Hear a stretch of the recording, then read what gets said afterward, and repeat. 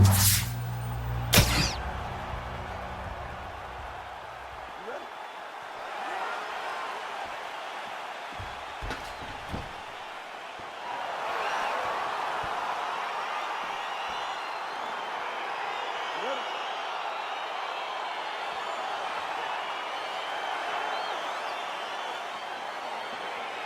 right, here we go, DC. I know this one's got you out of your chair. Conor McGregor versus Ryan T-City Ortega.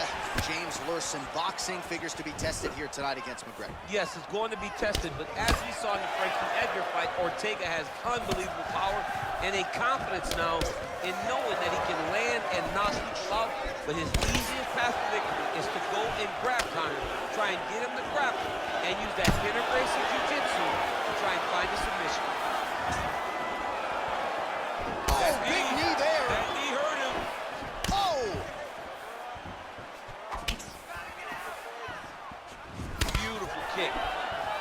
Well, you saw us reference it in the tail of the tape, DC. He's got the reach advantage and certainly made good use of it there in landing that jab. Oh! Both guys landed big shots.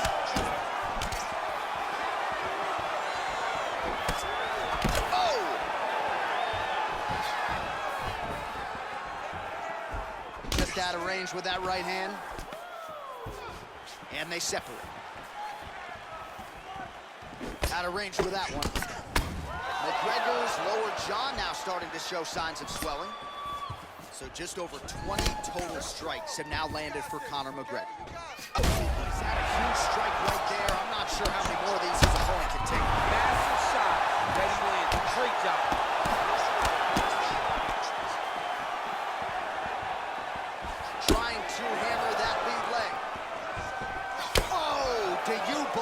Another head kick lands. Got to start raising that guard or this is going to be the end of the fight. You got to start raising the guard and guiding that head kick down back towards your feet. You cannot take him clean and you cannot take him on one arm. Circling towards the left now. Look at how he turns his hip over when he throws that kick.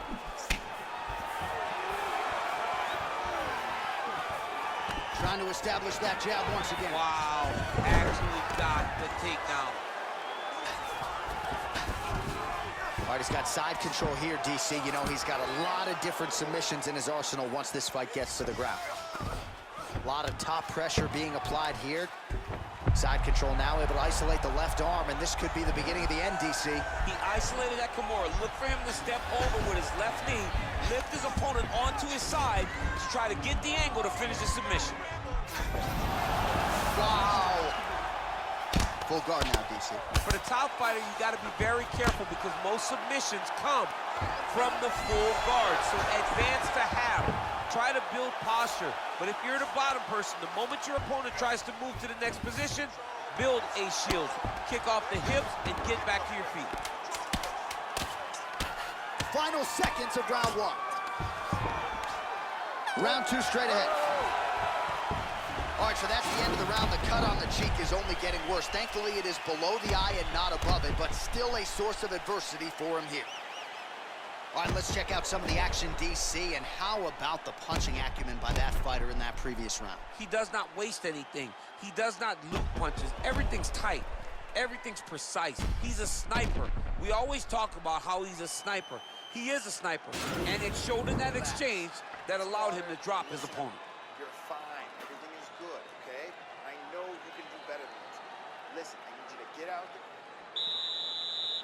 Okay, you ready? Round two. Ready? All right, second round underway. Oh, really using his reach advantage there with that punch, DC. McGregor's kick attempt, that one was blocked. Big, powerful punch lands. Now he gets back to range. Yeah, he's mixing it all up. Ooh, head kick lands, he's hurt. Wind it up on the... Oh, hey, finally gets the takedown. It wasn't for any lack of effort, but finally that shot was good enough to get his opponent down. I don't know how many times, John, I could have watched this guy. This is a terrible position.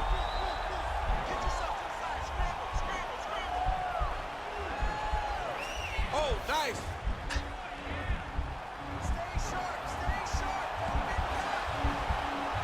Look at him pushing the arm down, maybe stepping into a crucifix. Wow, you don't see that very often. Oh, he's in trouble here. Wow.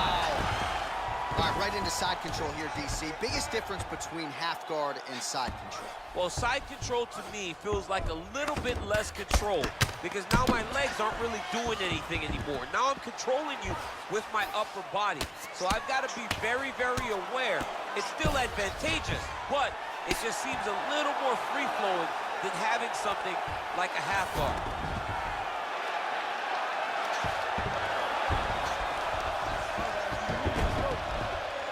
Inside his opponent's guard here, DC. You don't want to play around here too long.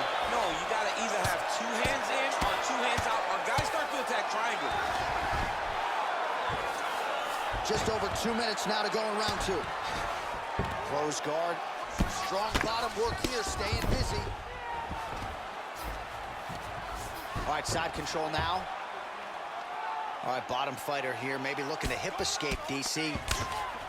A lot of top pressure being applied here as he works out of side control.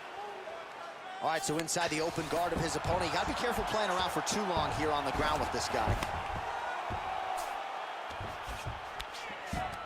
Oh, now trying to isolate an arm, DC.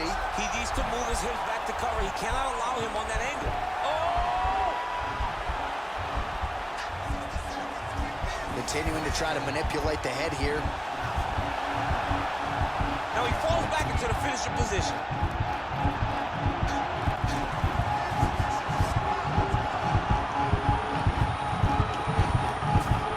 And there it is! Unbelievable. What a fight. Right, I mean, how do you not admire the focus of this young fighter? You can tell he was looking for that submission much earlier in the round, but he didn't want to rush it. He stayed patient, let the setup do its thing, and ultimately the submission materializes organically late in the round. High-level stuff out of that young fighter here tonight. All right, let's take a look back at the replay as he gets it done by submission tonight, champ. Just watch how slowly he approaches the submission, though. He never rushes. He takes his time, but it's his trickiness. It's his ability to trick people into going to the floor with him that puts them in danger and finishing fights.